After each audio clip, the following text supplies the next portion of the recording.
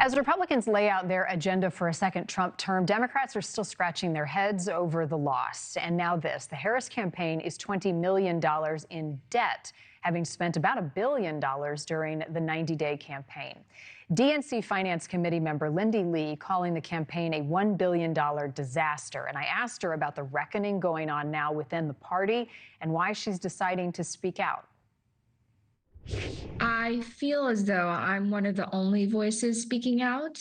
And if we do not confront the lessons of election night, it's going to happen over and over again. We're going to keep losing. If we don't recognize a rightward shift of America, we are also going to lose. We have to have a careful financial accounting of what exactly happened. How did we possibly blow through $1 billion in just 3 months? It's just astounding, not just to me, but to many of my fellow donors. I've been speaking with them on an hourly basis. People are just completely shocked and just craving answers. A lot of them are sending me messages of support, asking me to stay the course and to keep asking. And we just haven't really gotten any explanation from the campaign as to what happened. And I say this, it pains me to say this. This is very hard for me to say because these are my friends. These are my, these are people that I've worked with for a long time. But if we don't have any accountability, how could we possibly move forward in an effective way, not only to serve this party, but serve our country? I feel your emotion, and I think it represents a lot of people in the country who woke up on Wednesday morning and who were shocked by the results, certainly given how close it seemed in the polls, Lindy. You say you were promised Harris would win and that you believed it. Now you say you think you were misled. How so?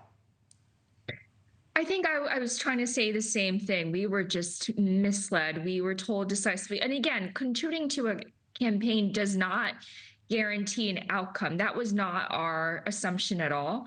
But they told us 100% that we were going to win.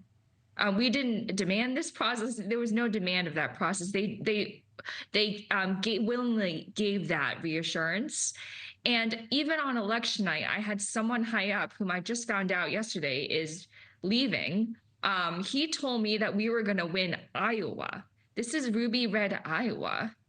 And I looked at him very quizzically and I said, "Are you sure?" And he just smirked.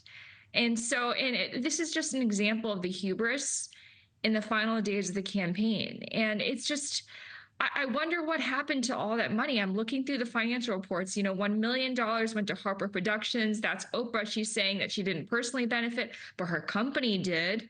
And then millions went to various celebrity concerts. $100,000 apparently went to build the set of Call Her Daddy. I